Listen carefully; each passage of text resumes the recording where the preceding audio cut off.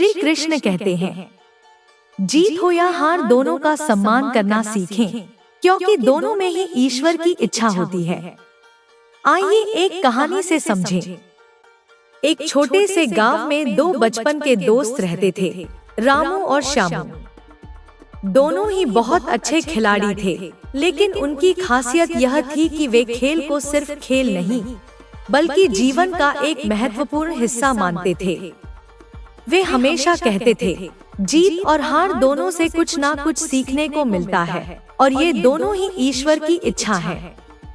एक दिन गांव में एक बड़ा क्रिकेट टूर्नामेंट आयोजित हुआ।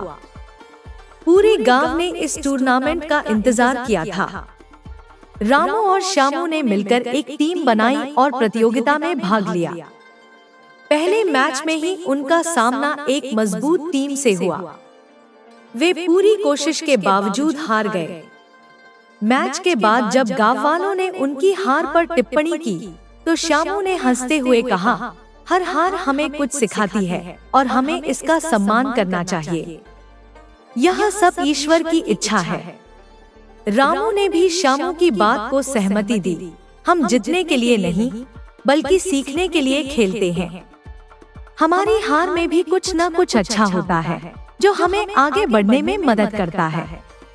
अगले मैच में उनकी टीम ने शानदार खेल दिखाया और जीत हासिल की। पूरी टीम खुशी से झूम उठी, लेकिन उनके मन में यह विचार था कि वे अपनी जीत को अधिक महत्व नहीं देंगे। जीत के बाद भी उन्होंने वही विनम्रता बनाए रखी और कहा, यह भी ईश्वर की कृपा है कि हमें आज सफलता मिली। आखिरकार टूर्नामेंट का फाइनल मुकाबला था। यह मुकाबला बहुत कड़ा था और एक समय ऐसा आया जब श्यामू को चोट लग गई। खेल बीच में ही रुक गया, लेकिन श्यामू ने दर्द को नजरअंदाज करते हुए मैच जारी रखा। अंत में उनकी टीम हार गई, लेकिन श्यामू की आंखों में निराशा नहीं थी। वह मुस्कुराते हुए रामू से बोला, हम हार गए, लेकिन इस हार में भी कुछ न कुछ अच्छा हुआ होगा। अब हम इससे कुछ नया सीखकर अगले मैच में और बेहतर करेंगे। गांव में जब लोगों ने यह देखा, तो वे बहुत प्रभावित हुए। रामू और श्यामू ने न केवल खेल के प्रति सही दृष्टिकोण दिखाया, बल्कि यह भी बताया कि जीत और हार से ऊपर एक चीज है, ईश्वर की इच्छा और उसका सम्मान।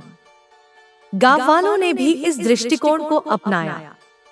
अब वे सिर्फ जीत की तलाश नहीं करते थे, बल्कि हर हार और हर जीत में कुछ सीखने की कोशिश करते थे।